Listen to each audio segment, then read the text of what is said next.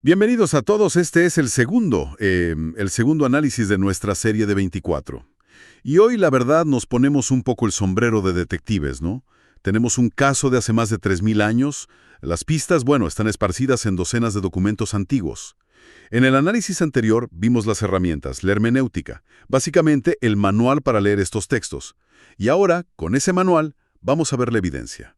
Y es una evidencia fascinante, porque lo que estamos analizando no es, digamos, una colección de mitos al azar.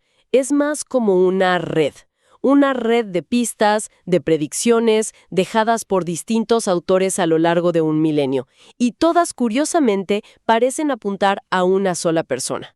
Nuestra misión hoy es ver si esas pistas, pues, si se sostienen. Exacto. Y aquí es donde el caso se pone realmente interesante.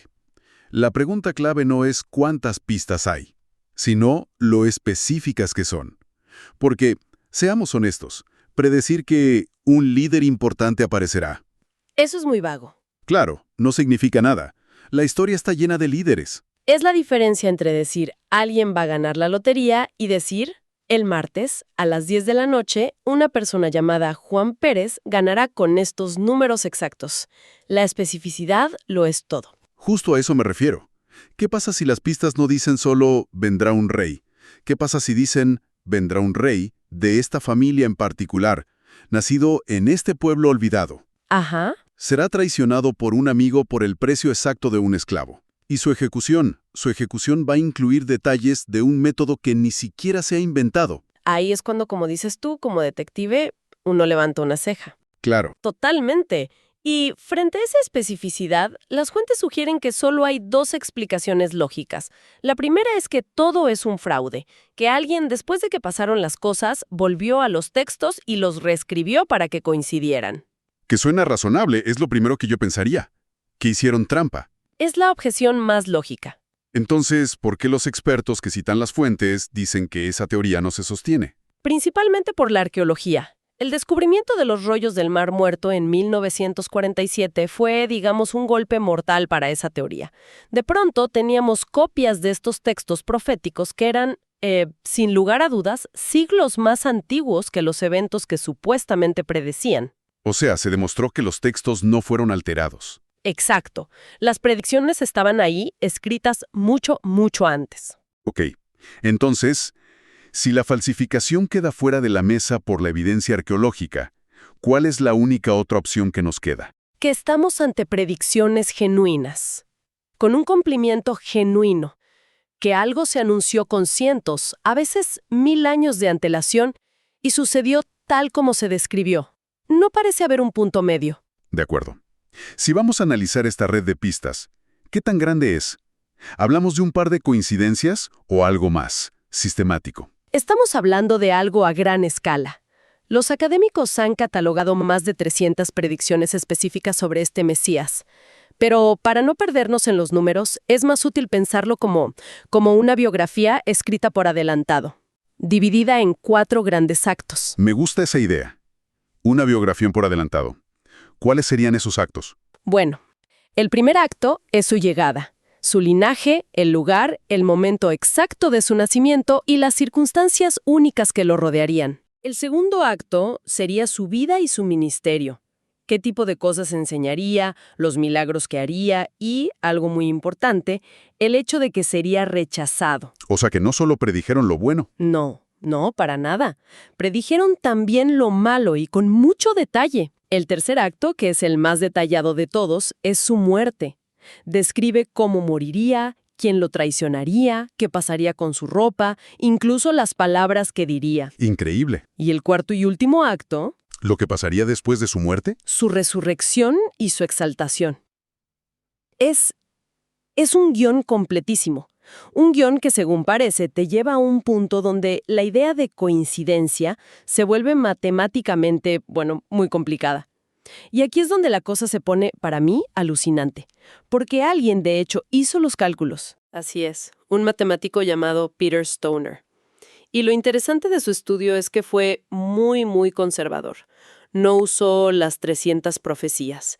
Eligió solo 48. Las más específicas e inconfundibles.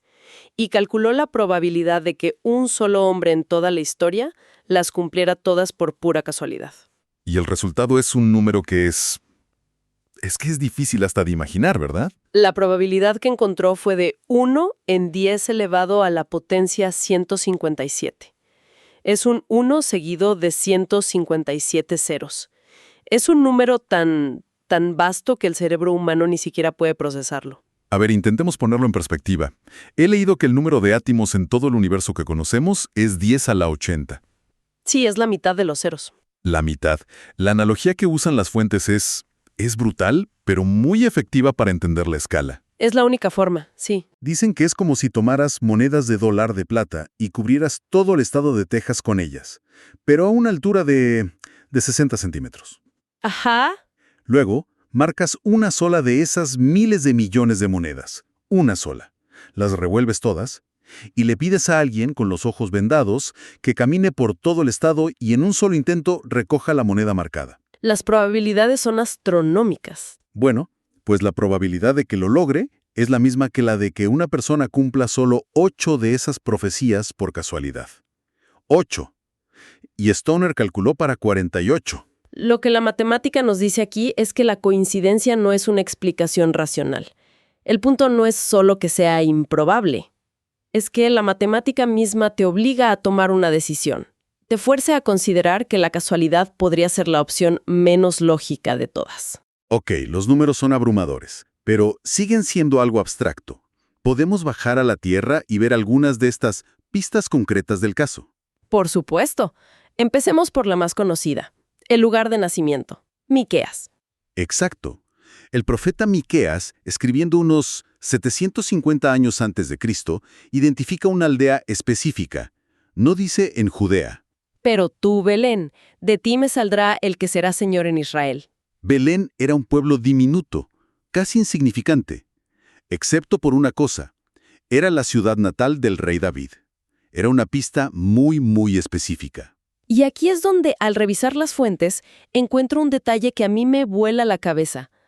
Un momento, es que María y José ni siquiera eran de Belén. No, claro que no. Vivían en Nazaret, Exacto. que está como a 150 kilómetros. Entonces, ¿cómo es posible que terminaran en el lugar exacto, en el momento exacto? ¿Qué pasó? Ese es el punto fascinante. Lo que los obliga a viajar es un evento político masivo, totalmente fuera de su control. Un censo.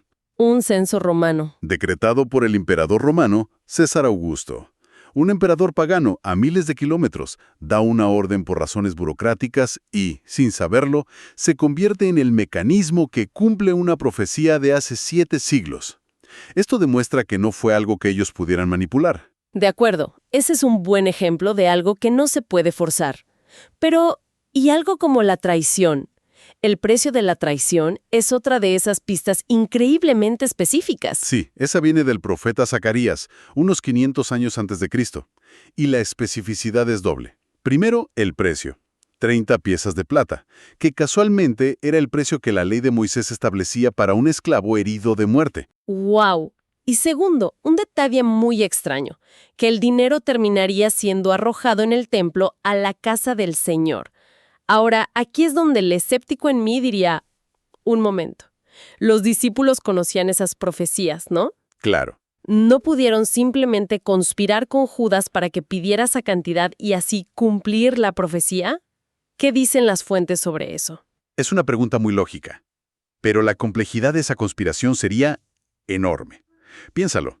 No solo tienes que convencer a Judas de traicionar a su maestro por ese precio específico. Sino coordinarlo con el Sanedrín, que lo odiaba. Exacto. Y luego, la parte más difícil. Tendrías que predecir que Judas sentiría tal remordimiento que volvería al templo y arrojaría el dinero. ¿Te parece una conspiración plausible? ¿Controlar las emociones y acciones de todos de esa manera? No. La verdad es que suena más complicado y menos creíble que la propia predicción. Es irreal. Exactamente. Pero si hablamos de pistas que desafían toda explicación racional, tenemos que hablar del Salmo 22.